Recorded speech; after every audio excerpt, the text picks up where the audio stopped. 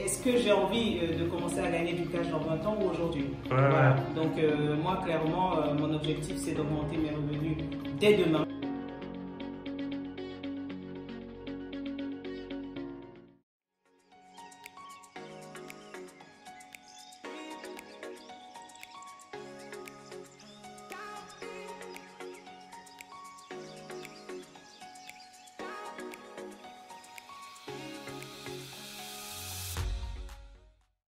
Salut à toi, bienvenue dans cette nouvelle vidéo. Donc aujourd'hui, je t'amène voir une sprinteuse que tu as déjà vue dans une précédente vidéo. Aujourd'hui, on va voir la fin des travaux et voir un petit peu son retour d'expérience, comment ça se passe dans son projet.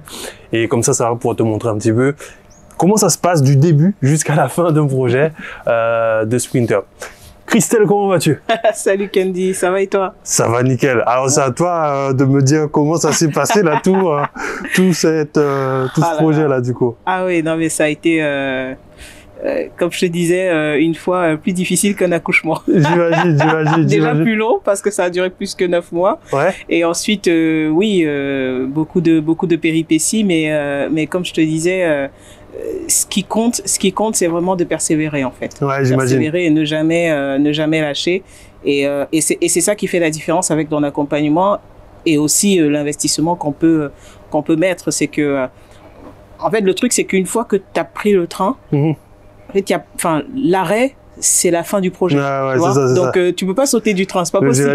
Voilà, donc voilà, et si tu veux, tu es là aussi pour nous aider pour nous rappeler pourquoi on est là, ouais. et aussi pour nous remotiver, parce que c'est vrai que dans le parcours il y a beaucoup de démotivation. Ouais, j'imagine. Mais justement ça, on va en revenir. Moi, ce que j'aimerais avoir, c'est vraiment ton retour d'expérience sur tout le projet, c'est-à-dire au moment où tu décides de rejoindre la communauté des sprinters, comment ça s'est passé dans ta tête, qu'on comprenne qu'est-ce qui t'a décidé à te dire, ben là il faut que je me lance dans l'immobilier déjà, et pourquoi rejoindre ce programme-là? Alors, la première, le déclic, ça a été le confinement, le premier, celui de mars 2020. Où on a été un petit peu obligé de s'arrêter et de prendre du recul par rapport à un ensemble de choses, pouvoir réfléchir sur sa vie, sur où est-ce qu'on va, etc. Et j'ai réalisé qu'il y avait un truc qui allait pas. J'avais une vie à la métro boulot dodo, et c'est vrai que ne pas être capable de passer plus de temps avec les enfants, ça me tenait à, ça m'a posé problème. Du coup, je me suis rendu compte que je ne passais pas assez de temps avec eux parce que du coup, le confinement m'a obligé à passer du temps avec eux.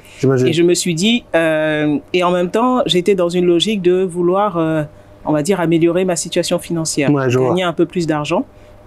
Et l'un de mes principes, c'était comment gagner plus d'argent sans tout en passant plus de temps avec les enfants. Ouais, je vois. Voilà. Et donc, il y avait deux choix possibles. Le premier choix, c'était de dire, je veux qu'on augmente mon salaire, mais aucun patron n'augmentera ton salaire sans te demander de travailler plus. Ouais, on est d'accord, hein. Aujourd'hui, nous sommes patrons, nous savons ce que c'est. Hein. Ouais.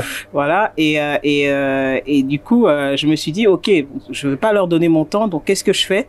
Je vais essayer de chercher quelque chose qui va ne pas me prendre beaucoup de temps, mais me rapporter de l'argent. Ouais, voilà. J'imagine. Ou du moins, si ça me prend du temps, ça reste périodique. Et ensuite, on passe à quelque chose de beaucoup plus stable et qui roule tout seul, quoi. J'imagine. Et c'est là que je suis tombée sur tes vidéos. Et je me suis dit, pourquoi pas, ça a l'air fou ce qu'il raconte. Mais voilà, ce qui m'a surtout décidé à t'appeler, c'est les vidéos des personnes que tu as accompagnées. Ok, je vois. Plus précisément celle de Morgane, d'ailleurs. Ok. Oui, non, mais c'est fou. En fait, quand il a présenté ses logements, et à la fin, quand il a donné les chiffres, je me suis dit, ah bon? Donc c'est accessible. Parce qu'on a l'air de croire qu'on parle d'immeuble de rapport. Quand tu dis, oui, je possède un immeuble, les gens pensent que tu as dépensé 2 millions d'euros, ou je sais pas quoi. Mais en fait, finalement, les budgets sont pas si énormes que ça. Et là, je me suis dit, mais comment c'est possible? Et en fait, la différence vient du fait que moi, je suis de la région parisienne. Et on pense toujours à se dire, il faut investir à pas plus de 50 km de chez soi. Ouais, je vois. D'accord? Et quand tu fais le rayon de 50 km autour de Paris, en fait, des budgets comme ça, t'en as pas, quoi. Ouais, j'imagine. T'en as pas. Et donc, je me suis dit, ça veut dire qu'il y a quelque chose que j'ai loupé. Je vais voir avec Candy comment ça se passe. Et donc, c'est comme ça que je t'ai appelé. On a discuté. Tu m'as donné à peu près une idée de ce que ça pourrait être. Et je me suis dit, Banco, on y va. Et je crois que j'ai pas réfléchi longtemps avant de rejoindre les sprinters. Ok, je vois.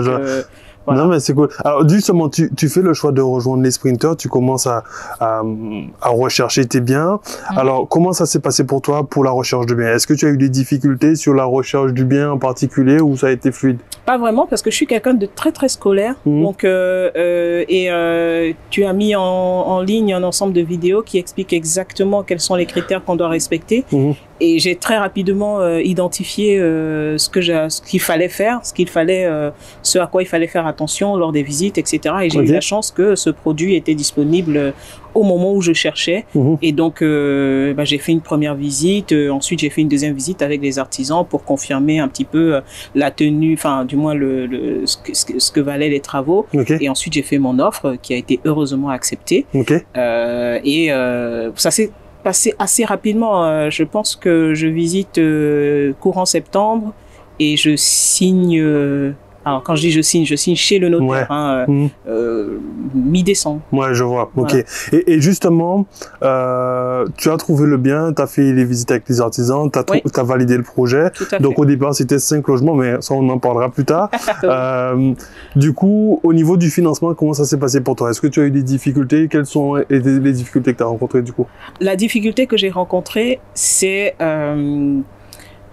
de réaliser que même quand on a un bon profil comme le mien, les banques peuvent nous dire non. En fait, voilà, je suis tombé de haut là-dessus. En fait, j'y suis allé en mode je vais déposer mon dossier, les banques vont se disputer pour m'avoir. Et en fait, ça a été l'inverse. Au point où je me suis découragé et je crois même qu'au bout d'un moment, je t'ai dit bon, c'est mort, je laisse tomber le projet, ça marche pas. Il faudrait que je réajuste ma tactique, etc. Peut-être que je suis trop cher, peut-être que je suis bref, je me suis très rapidement découragée et en fait, ça a été un hasard d'avoir trouvé un financement parce que dans le compromis, et ça j'avais pas fait attention, dans le compromis, il m'avait dit il faut que tu aies 3 refus de banque. Et j'en avais que 2. Bon, ça c'est sans compter les refus des courtiers, mais qu'on ne prend pas en compte quand on veut se retirer sans payer de frais. Et du coup, il me fallait des refus de banque à proprement parler. Et donc, en fait, j'allais dans cette banque-là pour chercher un 3e refus. Ah ouais, ok. Ça, je savais même pas ça, tu vois. Si. J'allais dans cette banque pour chercher un 3e refus. Et en fait, ça a marché. Voilà. Donc tu viens, vous pouvez me donner un refus? Ah bon, vous acceptez, vous êtes sûr? C'est ça. C'est ça, exactement. Ok, d'accord. Donc voilà, j'ai eu le crédit et puis ensuite mais si tu te rappelles quand je te dis que j'ai eu le crédit, même toi tu es surpris parce que tu m'avais dit que tu étais en train de lâcher un peu le truc et de revenir un peu plus tard sur le projet. Exactement, tout à fait. En fait, je m'étais dit il faut que je change ma stratégie parce que peut-être que je suis allé trop rapidement. Je te rappelle je rejoins le programme fin août, je prends un premier logement mi-septembre et je me suis dit, est-ce qu'il n'y a pas un truc que j'ai loupé? Est-ce que je suis pas sur la mauvaise voie? Mais en fait, non, j'étais pas du tout sur la mauvaise voie, c'est juste que je n'avais pas encore une attitude de sprinteuse, c'est-à-dire quelqu'un qui ne doit pas lâcher, même si c'est difficile. Et c'est après que j'ai réalisé que finalement, on le voit avec la communauté de sprinteurs, les financements, on le trouve, mais on le trouve jamais facilement.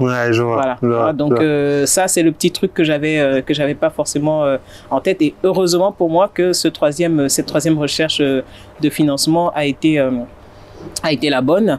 Et du coup, alors j'ai pas fait que 3 recherches, mais encore une fois, je cherchais un sésame, le papier qui disait on a étudié votre dossier et puis on considère qu'on ne veut pas. Voilà, parce que clairement 3 recherches, ça ne suffit pas. Il faut en faire beaucoup plus.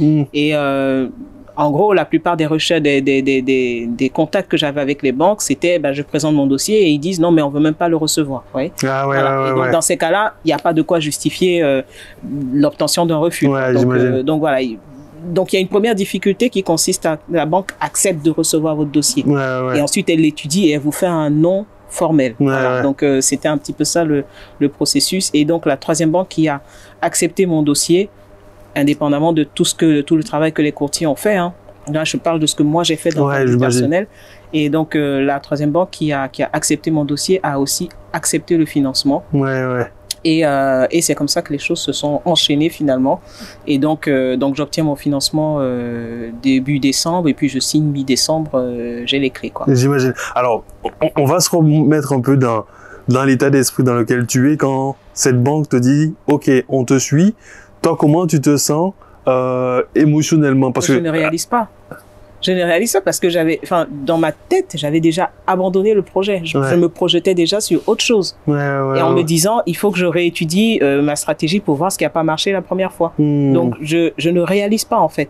C'est fou à quel point. C'est tellement vrai que je suis déjà en train de visiter d'autres logements pour voir un petit peu dans quelle mesure je peux me repositionner ailleurs pour peut-être faire moins cher parce que bon, je me suis dit peut-être que un projet à hauteur de 200 000 euros, ça fait finalement trop, peut-être partir sur quelque chose d'un peu plus modeste, 150 000. Et d'ailleurs, c'est ce qu'une banque m'avait dit, hein, mais bon, j'apprendrai par la suite que en général, ils trouvent des faux prétextes pour nous dire non.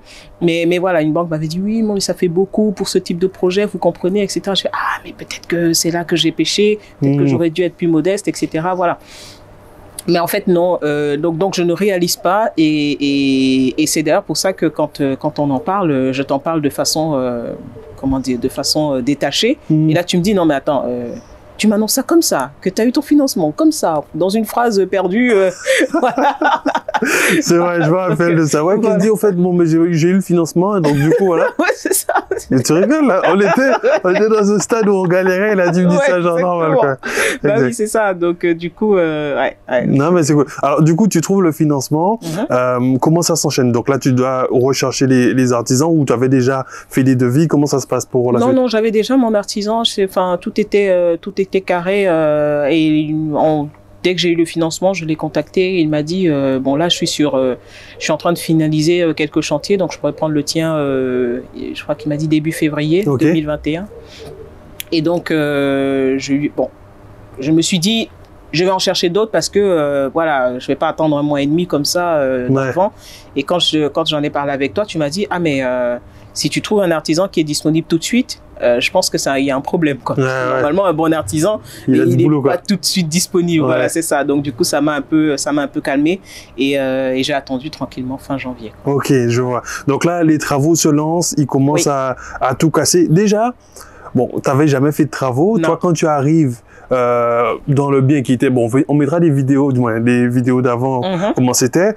Toi, quand tu arrives et que tu vois que les artisans commencent à tout casser, ça commence à devenir le bordel. Comment tu t'es senti, toi? Non, je ne t'ai pas impressionné parce que tu nous avais déjà prévenu, en fait. Tu martèles assez le fait que non, mais vous inquiétez pas, si ça paraît effrayant ou si c'est un peu trop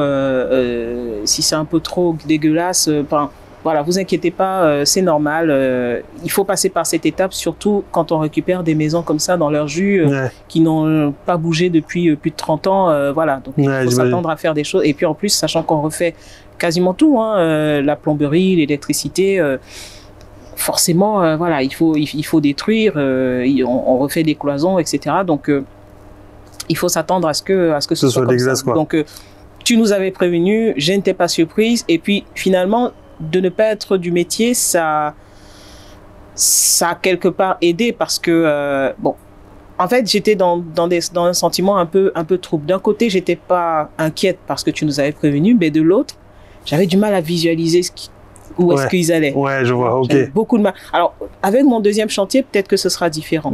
Certainement même que ce sera différent. Mais quand je venais pour faire la visite de chantier, j'avoue que à chaque fois je demandais à mon artisan, mais t'arrives un peu à savoir ce qui va se passer à la fin. Il fait t'inquiète. Je comprends pas. Là, je vois un truc, des rails, je vois des fils qui pendent partout. Je fais ok, bon. Bon, je fais confiance. Voilà. Donc, et puis quelque part, oui, je faisais confiance à mon artisan déjà parce que il faisait partie du réseau des sprinters et ensuite parce que c'était assez cohérent avec les étapes que tu nous avais précisées dans la formation. Donc voilà, je suivais religieusement, et puis voilà. Je vois. Et du coup, justement, quelles sont les difficultés que tu as pu rencontrer au niveau des travaux? Est-ce que genre tu as eu des surprises ou genre des démarches administratives, notamment par rapport aux architectes de bâtiments de France, des trucs du genre qui t'ont ralenti sur ton projet ou pas? Oui. Alors, il y a plusieurs choses qui ont ralenti les travaux, hein. Alors, il y a eu des bonnes et des mauvaises surprises. Donc, je vais commencer par les mauvaises et puis je vais terminer par la bonne. Ou les bonnes. Alors, les mauvaises, ça a été, déjà, on démarre les travaux et ensuite, tu nous as bien rappelé que lorsqu'on veut toucher à la façade d'un bâtiment, il faut faire une déclaration à la mairie. Alors, quand on est dans une zone classique, la déclaration, c'est une formalité. Mais quand on est dans une zone classée comme ici, la déclaration, ce n'est pas une formalité. Il faut que les architectes bâtiments de France valident les transformations qu'on souhaite faire sur la façade. Alors, une fois qu'on a dit ça, on est content. On dit, bon, je fais un truc excellent, puisque là, je vais juste changer les fenêtres en double vitrage, parce qu'on avait du simple vitrage. Donc, je change les menuiseries.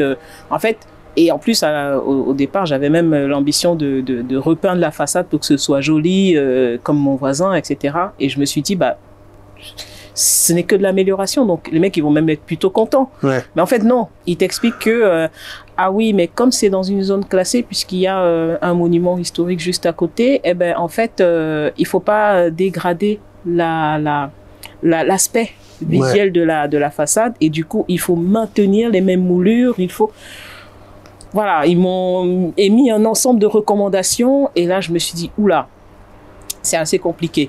Mais ce n'est même pas ça qui a été le plus compliqué. Le plus compliqué, c'est qu'au départ, j'ai voulu le faire comme une grande. Bon, je monte mon dossier, je me dis, bon, c'est pas compliqué, quoi. Prendre 2-3 photos, mettre sur papier, indiquer que ça va devenir ça va devenir ça, et puis on leur envoie. De toute façon, c'est de l'amélioration, donc ils vont être contents. Eh ben non, en fait, ils m'ont dit non, on n'est pas content. Nous, on a besoin de... alors, ils m'ont demandé plein d'éléments supplémentaires, et quand on en a parlé, tu m'as dit, ah oui, mais Christelle, passe par un architecte pour ça, parce que sinon, voilà, ton dossier, il n'est pas sérieux et il ne sera pas recevable. Et donc, j'ai dû contacter un architecte qui a été assez réactif, qui a monté un dossier bien béton. Et du coup, ça a pu justifier ce qu'on faisait. Et c'est comme ça que le dossier est passé. Mais du coup, le chantier a pris 2 mois de retard à cause de ça. Je pense que j'aurais pu absorber ces 2 mois de retard si, en anticipant cette contrainte zone ABF, j'avais fait la demande dès la signature. Je vois. Voilà, puisqu'il y a eu bien 2 mois, enfin 1 mois et demi pendant lesquels l'artisan n'est pas intervenu sur le chantier. Exact. Et donc, du coup, j'aurais pu utiliser cette fenêtre de tir pour obtenir les autorisations nécessaires de la part des architectes bâtiments de France. Après, c'est pas grave. Tu sauras pour la prochaine fois. Voilà, c'est ça, c'est l'expérience, c'est comme ça, et puis voilà. Donc là, c'est le logement 1. On va entrer. Donc là, il est en cours de préparation. Hein, donc, on reçoit quelqu'un tout à l'heure à 16 h. Et donc voilà, globalement, donc on a un lit, on a de quoi, un petit coin à manger, une commode si jamais la personne passe un peu de temps ici, petite cuisine fonctionnelle, et puis une salle d'eau avec douche et toilette. Voilà, tout ce qu'il faut pour passer un séjour. Un court séjour sans avoir besoin d'aller à l'extérieur chercher quoi que ce soit. J'imagine. Donc ça, c'était l'une des surprises que tu as eues. Une première mauvaise surprise. La deuxième mauvaise surprise, bon, ça a été l'artisan qui a connu quelques petits problèmes personnels. Alors ça arrive à tout le monde. Hein. Je suis pas en train de dire que ça en fait un mauvais artisan, mais voilà, il a connu quelques déboires personnels qui ont fait que il n'a pas été tout le temps sur le chantier, et donc oui, il y avait des fois où sur 2 semaines je voyais pas d'avancée sur le chantier, sur le chantier, voilà. Donc bon, après le tout dans tout ça, c'est de garder son calme, parce que on est engagé avec l'artisan, 2, de toutes les façons, voilà, tant que l'artisan ne fait pas faillite, tant qu'il n'y a pas des problèmes de liquidation ou quoi que ce soit, enfin, on sait qu'il va avancer. Et puis voilà. Et aussi, l'autre chose, c'est de venir souvent sur son chantier. Ça aussi, ça oblige, entre guillemets, l'artisan à être présent et donc à avancer, quoi. Donc, bon, après, c'est sûr que à 2 heures de là, c'est pas évident d'être présent tous les jours, mais à minima, j'essayais d'être là tous les 10 jours, quoi. Ouais, voilà. j'imagine. Donc ça avançait comme ça pouvait. Après, il y a la période de vacances, de congés qui n'aident pas aussi. Les artisans, l'artisan en particulier, il s'arrêtait 3 semaines en été et 2 semaines pendant les fêtes de Noël. Ouais. Donc ça aussi, ça a pu retarder le chantier, quoi. J'imagine. Et du coup, c'était quoi la bonne surprise alors? Les bonnes surprises, parce qu'il y en a eu 2. Okay. Alors, la première bonne surprise, ça a été au moment de la démolition. Au 2e étage, au départ, on s'était dit qu'on ferait un loft. Un loft d'une 30aine de mètres carrés, voilà, bien chic, etc. Et lorsqu'on a cassé... Alors, en fait, ce qu'on avait pensé à tort, c'est que il y avait un mur de séparation qu'on pensait porteur. Ouais, je vois. Et au moment de casser, il s'est rendu compte qu'il pouvait détruire le mur. Et finalement, ça a fait un plateau assez grand. Et je lui ai donné le challenge, parce que c'était un challenge, et tu verras quand on visitera tout à l'heure, je lui ai donné le challenge de m'en faire 2 logements là-dessus, et il a réussi. Et c'est aussi l'une des... l'une des choses que j'ai bien aimé avec cet artisan, c'est qu'il n'est pas que artisan pour faire ce qu'on lui dit. Il est force de proposition. Très force de proposition. Et ça a été vraiment ce qui a changé avec lui. J'aurais eu un artisan lambda, il m'aurait fait mon loft sans se prendre la tête. Ouais, je vois. Mais lui, voilà, il s'est pris la tête, il a pris une journée, il a fait des plans, il s'est pris la tête. Alors pourquoi je lui ai laissé faire des plans? C'est simplement parce que il y avait des contraintes techniques que dont moi je n'ai pas forcément connaissance. Ouais, je vois. Je lui ai fait un plan, mais je pense qu'entre le plan que j'ai fait et finalement ce qu'il a pu produire, il y a une différence simplement parce qu'il y avait des contraintes techniques que je n'avais pas connaissance ou que je n'avais pas pris en compte. Et du coup, non, il a réussi à me faire 2 beaux logements. Et je peux te dire aujourd'hui que ce sont les logements qui se louent le plus. Donc là, nous sommes dans le logement 3. Alors, c'est le best-seller de mes logements parce que c'est celui qui se loue le plus. Et puis, alors, quand on a commencé du moins, quand on a testé les logements, la première chose la chose qui m'a frappé, c'est que les salles d'eau étaient un petit peu froides. Et du coup, la petite astuce qu'on a trouvée, vu qu'on ne pouvait plus mettre les sèche-serviettes, ça a été de mettre ce petit sofa soufflant qui est assez design, comme vous pouvez voir, et qui se fait assez discret. Et du coup, les clients, ils l'allument s'ils ont un petit peu froid, et puis au bout de 2-3 minutes, la pièce, elle chauffe, quoi. Voilà. Ok, mais d'où t'es venue cette idée, du coup, toi? Eh ben, mon artisan. Mon artisan, c'est lui on va dire ma tête pensante. Voilà, il m'a créé les 2 logements et puis il me donne des petites astuces comme ça parce qu'il se trouve que lui aussi c'est un investisseur et donc les problèmes que j'ai rencontrés, il les a rencontrés aussi et voilà, il avait des bonnes références comme ça et sa femme a eu la gentillesse de partager avec moi quelques astuces dont le chauffage soufflant design dans les salles d'eau. Voilà. J'imagine. Voilà. Donc tu es parti de ok, j'en fais un seul grand à 2 petits qui finalement tournent beaucoup plus, quoi. Et je pense que le grand que j'aurais fait ne se serait pas beaucoup loué parce que je le vois, les 3 grands que j'ai, parce que j'en ai 6 du coup, donc 3 petits et 3 grands, donc 3 petits de 15 mètres carrés et les grands de 20-25 mètres carrés. Mais les grands de 20-25 mètres carrés, il y en a juste un qui fonctionne du tonnerre, mais les 2 autres n'ont pas... Enfin, ça fonctionne, hein. Mais tu sens que le plus petit là-haut, là, c'est eux qui cartonnent, quoi. Oui, complètement, complètement, ouais. Ça cartonne. Mais comme quoi, souvent, on me dit, ouais, mais Candy, est-ce qu'ils sont pas trop petits et tout? Et tu vois, c'est contre-intuitif. Quand tu l'as pas testé, le marché t'a pas encore dit c'est quoi la... Absolument. Mais en fait, le maître mot, c'est fonctionnel. Ouais. Le maître mot, c'est fonctionnel. À partir du moment où, dans le logement, il y a de quoi dormir, se doucher, se faire son petit café, ou chauffer son eau, etc., les gens, ils ne demandent pas plus, quoi. Ouais, voilà. J'imagine. Parce que la clientèle qu'on vise, c'est pas des gens qui viennent en vacances, en famille, etc. C'est des gens qui viennent pour bosser. Donc, ils ont besoin d'un endroit pour dormir bien. Ouais. Donc, à la limite, même si tu fais un logement de 15 mètres carrés, à partir du moment où tu as un lit qui est... si tu n'as pas un lit qui est assez confortable, eh ben, ton logement, il se louera pas, quoi. Ouais. Voilà, donc le maître mot, c'est avoir un logement fonctionnel et avoir une bonne literie, un bon lit pour que les gens... Un bon lit. Voilà, les gens, ils ont envie de passer la nuit et d'avoir l'impression, quand ils se lèvent le matin, d'avoir dormi 3 jours, quoi. Ouais, c'est ça. Donc, pour l'avoir testé, je confirme, quoi. J'imagine. Non, ça, c'est cool. Alors, du coup, moi, j'aimerais qu'on revienne un peu sur ton sentiment quand tu as fini tes travaux, donc là, tu as fait les travaux, tu as fait venir ton photographe, tu es déjà content, je suppose, parce que tu vois que le travail... C'est ça la deuxième bonne surprise, hein, parce qu'on n'a parlé que d'une seule bonne surprise. Ah ouais, vas-y, dis-moi. La deuxième bonne surprise, ça a été, alors sur la fin, pour une raison que j'ignore, parce que au départ, j'étais censé avoir mon chantier. Alors l'artisan m'avait promis le chantier fin mars, une livraison de chantier fin mars. Et courant février, on a eu un souci avec la toiture qui a volé en éclats avec la tempête, etc. Il y a eu des tempêtes dans le nord là. Et quand on a vu ça, l'artisan m'a fait « Ah, désolé, mais là, ça va être un peu compliqué. » Et ben en fait, je pense qu'il y a eu aussi d'autres événements qui ont coïncidé en ma faveur. Et très rapidement, il a résolu le problème. Ok. Très rapidement. Donc, mi-février, il me résout le problème. Et de mi-février à fin mars, il accélère. Je pense qu'il a fait en 1 mois et demi ce qu'il aurait peut-être fait en temps normal en 4 mois. Ouais, je vois. Et j'ai été agréablement surprise. Il est entré dans un rythme qui m'a vraiment, vraiment, vraiment surprise dans le bon sens. Et fin mars, j'avais mon chantier.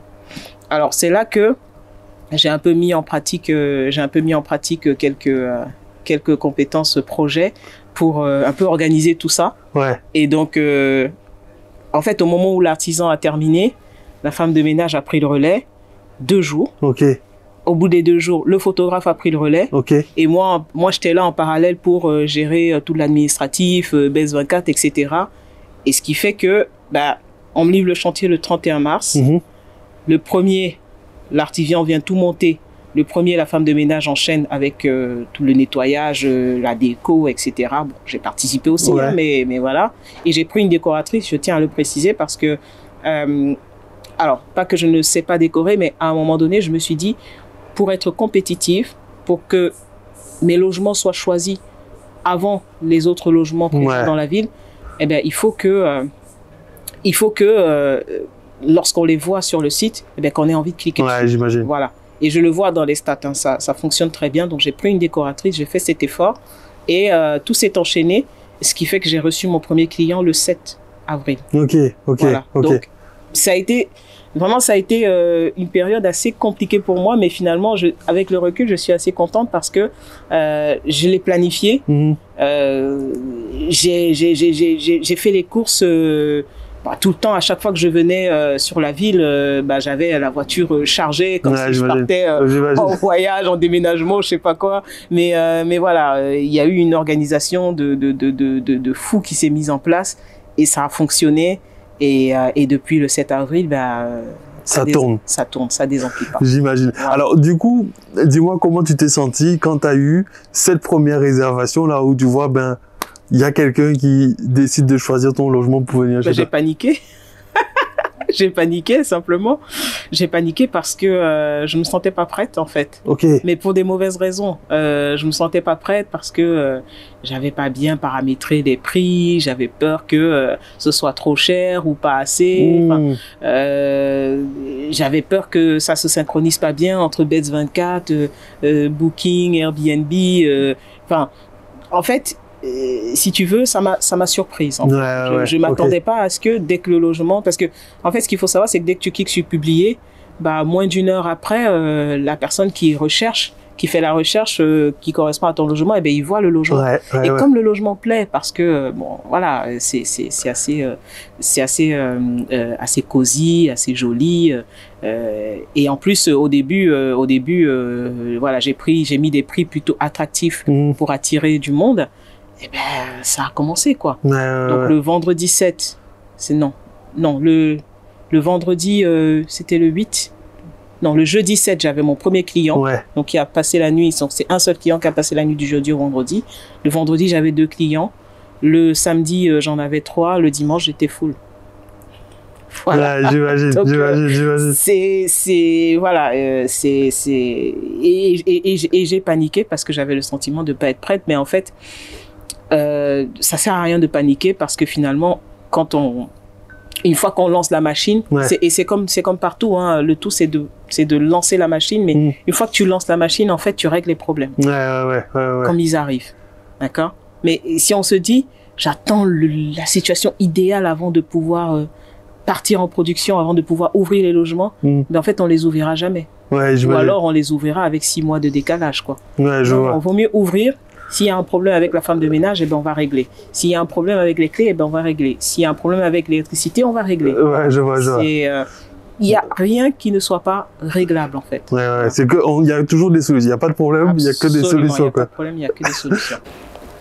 Donc ça, c'est, comme je te disais, l'un des logements qui se loue très bien. Donc ça, c'est le 5. Et je suis assez agréablement surprise parce que la cliente vient de partir et on avait, au début, les clients, ce qu'ils faisaient, c'est que, par respect pour la femme de ménage, ils descendaient les sacs poubelles et ils les mettaient dans les poubelles des voisins. Et bon, on a eu quelques plaintes. Et là, j'ai mis un message, j'ai fait évoluer le message pour que les clients puissent nous laisser les sacs poubelles pour qu'on s'en occupe pour eux. Et là, on constate que ça fonctionne. Et donc, c'est juste pour dire qu'il n'y a jamais de process ou d'organisation finalisée. Donc, c'est une organisation qui va évoluer en fonction des cas de figure qu'on va rencontrer, etc. Et donc, le message ou les informations que je communique aux clients évoluent aussi en fonction de l'expérience qu'on fait avec eux. Et aussi, pour garder aussi des règles des relations de bon voisinage. Donc, je suis assez contente et vous voyez, on a des clients plutôt bien parce que là, le logement a été laissé relativement propre, agréable. Donc, la femme de ménage, elle aura juste à passer un coup, changer les draps, les linges, etc. Et puis tout sera bien, quoi.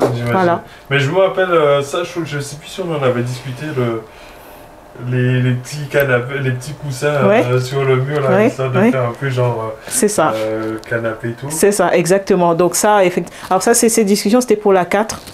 Du coup, on l'a fait, ça. Et puis, on l'a fait ici aussi. Alors, par défaut, on laisse les lits... ça, c'est un clic-clac. Mais par défaut, on le laisse ouvert, ce que tu nous l'avais conseillé. Puisque les clients, en général, quand ils arrivent, ce qui les intéresse, au-delà d'avoir effectivement un canapé, c'est de pouvoir se coucher. Voilà. Donc, si le client arrive à 23 h et qu'on lui demande encore de faire son lit, c'est dommage. Donc là, on voit que ça fonctionne parce que ils ne les remettent même pas en mode canapé, quoi. Ils les laissent aussi en mode lit parce que finalement c'est ça dont ils ont besoin. Et donc là voilà, donc ça. Et puis en plus ils ont bien fait les choses parce qu'ils ont pu laisser les serviettes sales là et les serviettes propres ils les ont laissées sur le côté. Donc c'est génial, parfait. Non mais c'est nickel. Non, ça c'est cool. Alors du coup, on va se dire que là tu as ton premier client qui arrive, tu as tes premiers revenus que tu perçois. Si on fait une rétrospective il y a 2 ans, genre tu te dis, est-ce que il y a 2 ans tu t'imaginais aujourd'hui à cette position-là, ou pour toi c'est complètement une surprise de te retrouver là? En fait, quand tu fais cette comparaison et que tu regardes dans le rétro, comment tu te sens? Quel est ton sentiment par rapport à ça du coup? Je pense que je ne réalise pas. Je pense que je ne réalise pas. Parfois, mes proches me rappellent par quoi je suis passée. Mais je pense que je ne réalise toujours pas.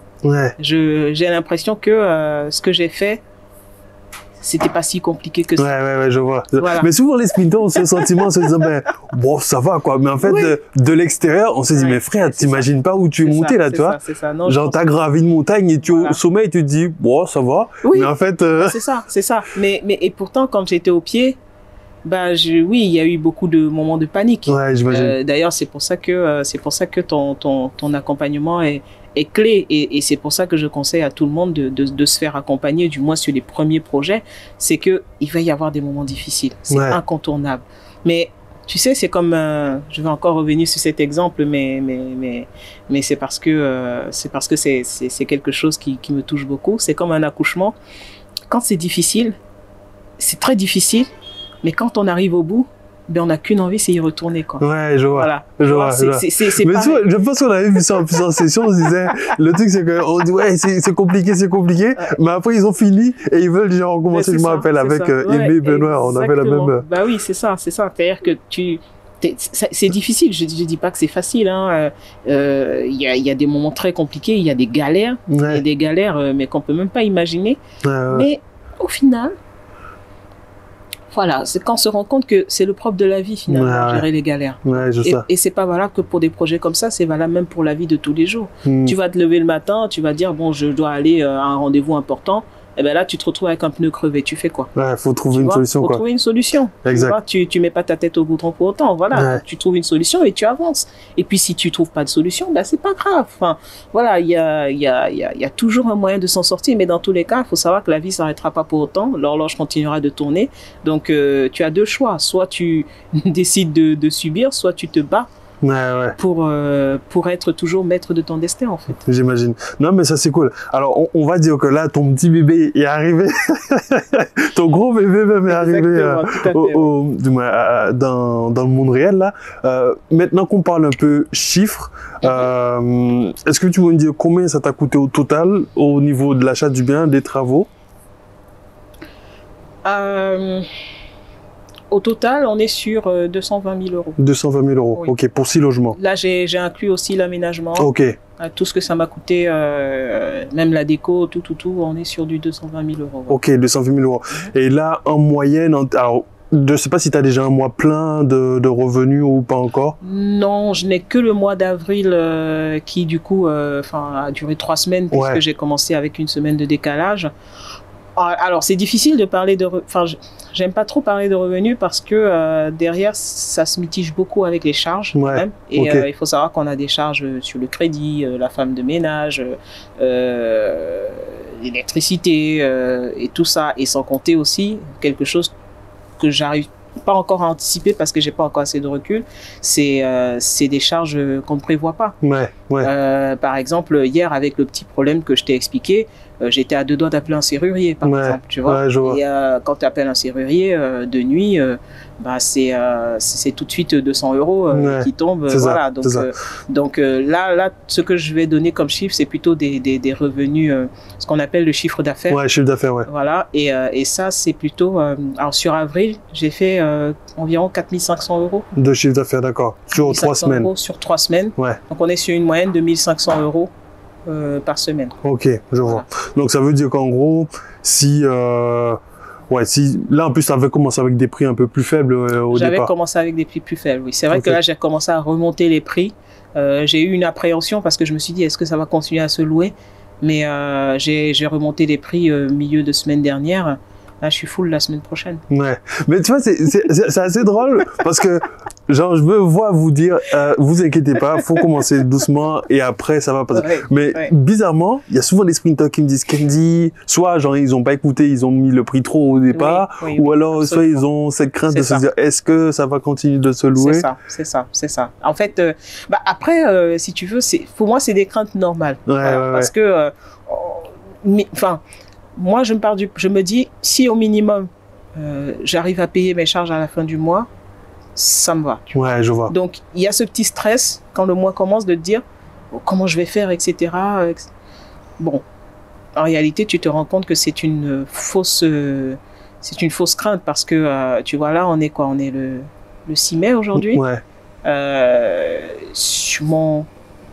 Je vais essayer de ne pas parler en anglais parce que mon prévisionnel, voilà, de jusque fin mai, je suis déjà à 3 500 euros. Ouais, je vois. Tu vois. Et on n'est que le 7... Et on n'est que le 6 mai. Ouais. Tu vois, donc sur mai, j'ai déjà 3 500 euros de réservation qui sont prévus, sachant que je suis rempli à peine 60%, tu vois. Donc, ça veut dire que, voilà, il y a... même 60, non, même pas, non, 45, pardon, 45%. Donc, ça veut dire que ça va encore monter, alors que je pense que 3500, ça couvre mes charges, tu vois. Je vois. Voilà. Ce qui fait que en gros, c'est une fausse crainte, quoi. Ouais, j'imagine. Et la question qu'on peut se poser, c'est, bon, malgré toutes les galères que tu as rencontrées et tout, est-ce que c'est un projet que tu te verrais refaire si tu devrais recommencer? Et je suis déjà en train d'y réfléchir. On en a même discuté d'ailleurs, parce que non, clairement, je pense au deuxième projet. Le seul truc, c'est que je me dis, il va peut-être falloir que je passe plus en nom propre, parce que je commence déjà à être limite. Mais non, le deuxième projet est Ouais, dans ma tête. Tu te poses déjà des questions de riche, quoi, tu vois. Ouais, est-ce que j'optimise comme ça et tout? Forcément, oui, non, mais clairement. J'imagine. Et il n'y a pas que ça, il y a aussi l'impact qu'on a sur notre entourage, parce que des gens qui voient ça, ils se disent, ah, mais si elle y est arrivée, il n'y a pas de raison que moi, j'y arrive pas. Ouais. Et donc, on en avait parlé, hein, mais j'ai pas mal de gens qui commencent à me contacter en disant, bah, comment on fait, comment on avance, en quoi, est-ce que tu peux nous aider, est-ce que, voilà. Tu vois, c'est aussi de voir ça.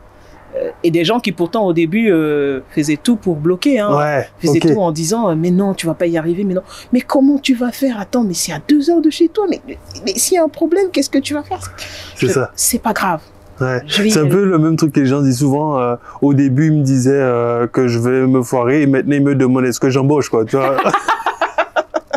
Tu vois, c'est un peu ça. Mais c'est exactement ça. C'est exactement ça. Oui, il y en a beaucoup qui me demandent de pouvoir, bon, parce que aujourd'hui, hein, je suis partie sur une stratégie de gérer moi-même en direct avec les femmes de ménage que j'ai embauchées. Je réfléchis toujours, hein, je me suis dit, il vaut mieux que je maîtrise le système, il vaut mieux que je le mette en place à mon image avant de pouvoir déléguer si je décide de déléguer. Et il y a des gens qui me disent, bah, dès que tu es prête à déléguer... Ouais, j'imagine. Voilà. Non, mais tu vois, ça me fait plaisir. En tout cas, on ira faire un tour tout à l'heure, voir un peu le projet que tu as fait. Et moi, je tiens à te féliciter parce que je me rappelle encore quand je suis venu te voir au début, le truc, il y avait rien. Et puis, quelques temps plus tard, aujourd'hui, on arrive, on est dans le petit coin et tout. Parce que là, effectivement, on est dans le bien. Là, tu vois, genre la petite déco. Donc, ça, c'est cool.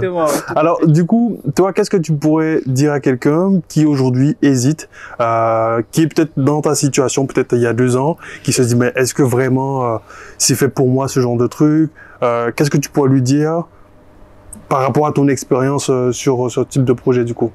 Bah, un peu ce que j'ai dit, hein, quand j'ai publié les photos sur le site, c'est de ne rien lâcher.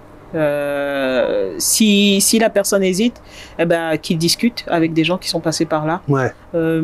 C'est aussi à ça que sert la communauté des sprinters, hein. On discute beaucoup entre nous quand il y a des questions ou quand il y a des doutes, ou voilà, on discute beaucoup, et qu'il n'hésite pas à en parler s'il a des freins. Parfois les freins c'est plus dans sa tête que dans la réalité. Donc quelqu'un va lui dire un truc qui va débloquer tout de suite le frein.